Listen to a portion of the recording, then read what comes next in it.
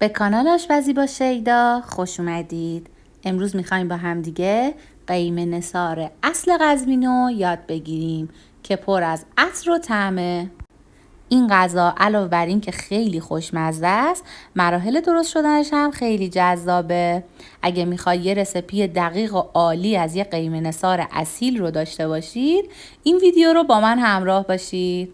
برای تهیه‌اش ما یه خورش داریم، یه برنج خیلی هیجان انگیز و پر از آجیل داریم که اول مواد لازم خورشش رو میگم، بعد میریم برای برنجش.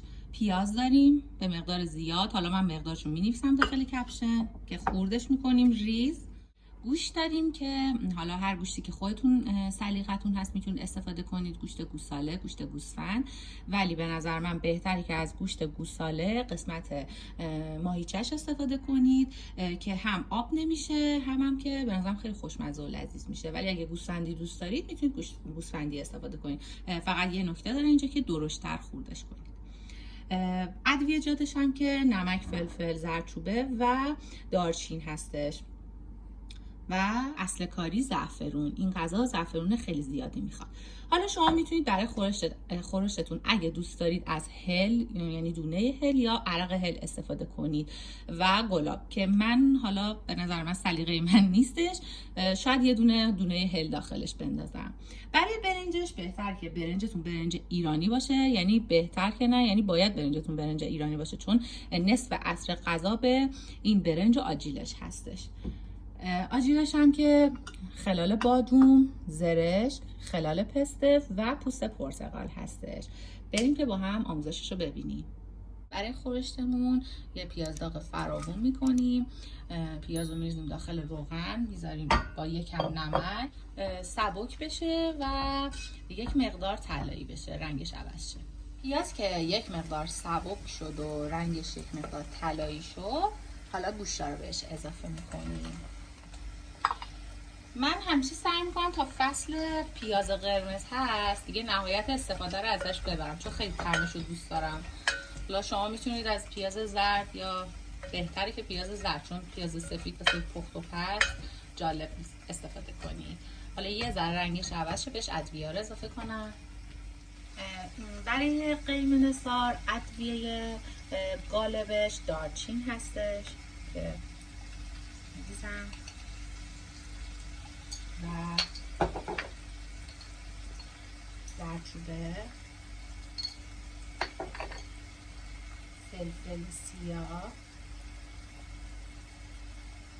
حالا اینا رو به ذائقه خودتون اضافه کنید و یک مقدار نمک. من نمک رو همیشه اول پخت یه مقدار میریزم چون به نظر من گوشت سفت نمیشه، یعنی هیچ اتفاقی واسش نمیفته. یه ذره تایمش رو میذاریم بیشتر، یواش یواش میپزه، گوشتش هم کامل نرم میشه، هیچ اتفاقی براش نمیفته. خب اینا رو هم میزنم یه مقدار. اگه داشتید چوب دارچین اضافه کنید که من بهش پودر زدم و یه دونه هل رو اینجوری نصف میکنم و میریزم داخلش. میتونید عرق هل یا پودر هل هم بزنید ولی به نظر من خیلی دیگه بوش زیاد میشه، من نمیپسندم. به این حالت یه مقدار تفتش میدم. یک مقدارم توی مرحله دوم بهش زعفرون میزنم، یعنی زعفرون رو آماده کنید یه سر زیر دستتون باشه که باید این غذا خیلی دست و دل باز ازش استفاده کنید. خب یکم که ادویه ها تفت خورد و گوشتمون هم تفت خورد، حالا بهش رب رو اضافه میکنیم. رب هم حسابی تفتش میدیم که رنگ باز کنه و اون بوی خامیش از بین بره. اینقدر باید تفت بدید که رنگ خورشتتون، در واقع رنگ رب گوجه فرنگیتون همینقدر قرمز و خوشگل و غلیظ بشه. حالا بهش آب جوشیده اضافه میکنیم. یعنی تو همه خورشاتون بهتره که آب جوشیده اضافه کنیم. آب این خورش کمه، حالا در حدی میریزم که گوشتمون پخته بشه، یعنی زیاد آب نریزید. در واقع این آب کاملا کشیده میشه و خورشتمون باید خیلی غلیظ باشه. با ظرف رو میذارم که کامل پخته بشه و گوشتمون نرم بشه. آبش هم باید خیلی غلیظ باشه. نیم ساعت آخر پخت من یه دونه هلی که داخلش انداختم و برمیدارم. داخلش دوباره زعفرون میریزم که عطر زعفرون داخلش بمونه و دوباره همش میزنم و در به ظرفو میذارم که کاملا آبش تقریبا یکم از این بیشتر کشیده بشه، یعنی نصف این آب بشه. خب ببینید آب خورش کاملا کشیده شده تقریبا و به غلظت رسیده. به این غلظت که رسید حاضره. چون میخوایم لای پلو سروش کنیم بهتره که اصلا آب زیادی نداشته باشه. خورشتمون که حاضر شد میریم برای درست کردن نثار برنجمون. خلال پسته و خلال بادوم رو با یک قاشق گلاب و آب خیسش میکنم. حدودا نیم ساعت قبل کافیه. زرشکم همینطور و برنجم که گذاشتم که خیس بخوره 1 ساعت قبل پخت. برای اینکه ترخی پوست پرتقالمون رو بگیریم آبو میذاریم جوش بیاد، پوست پرتقال رو بهش اضافه میکنیم و حدودا میذاریم 3-4 دقیقه به این حالت بجوشه. بعد آب کش میکنیم. دوباره همین مرحله رو تا 3-4 بار تکرارش میکنیم که این تلخی پرتقالمون کامل گرفته بشه. خلال پرتقالمون رو آب کش کردیم. یه لیوان آب یخ بهش میریزم. یه کوچولو داخلش میمونه مثلا 1 دقیقه. باز دوباره آبو میذارم جوش بیاد. همون مراحل رو تکرار میکنم تا 3-4 بار تا کاملا ترخیش گرفته بشه. میریم با هم آجیلاشو سرخ کنیم. بهتره که با کره سرخشون کنیم. من ترکیب کره و یه مقدار روغنم میریزم که نسوزه.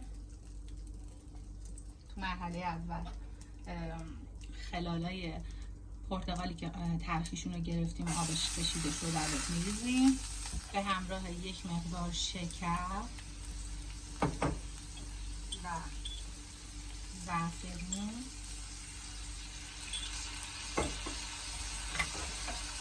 تفتش میدم. یک مقدار که تفتش دادم حالا بهش خلال بادوم رو اضافه میکنم. خلال پسرم تو همین مرحله به این ترکیبمون اضافه میکنم و تفتش میدم. در حد 1 دقیقه تفت دادن کافیه. خب این کاملا تفت خورد و اینو از ظرف جدا میکنم و میریزم ظرف جدا. به این حالت جدا کردم. دوباره داخل تابمون کره و روغن میریزم. زرشکو بهش اضافه میکنم. شکر بهش اضافه میکنم. بسته به ذائقه خودتون اندازه شکر رو اضافه کنید و مجددا زعفرون.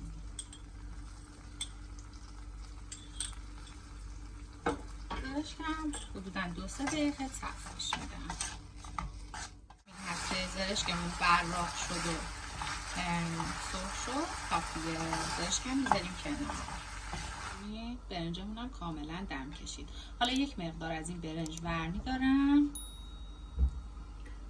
میریزم داخل این زرشکی که داشتم به همراه زعفرون. یک مقدار برنج و زعفرون و زرشکو با هم مخلوط میکنم. آوردم اینجا که راحت تر دیده بشه. زعفرون بهش اضافه میکنم و با زرشک مخلوطش میکنم.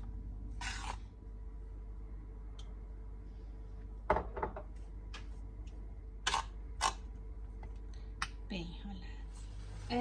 طریق کشیدن این غذا خودش یه پروسه جدا داره. اول ما برنج رو میکشیم به این حالت ته ظرف. برنج ساده. تو مرحله بعدی خورشتمون رو به این حالت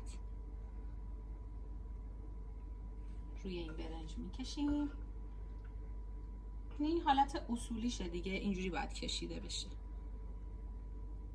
تو مرحله بعدی هم این برنج زرشک و زعفرونمون رو میریزیم که بهش اصطلاحاً میگن نثار.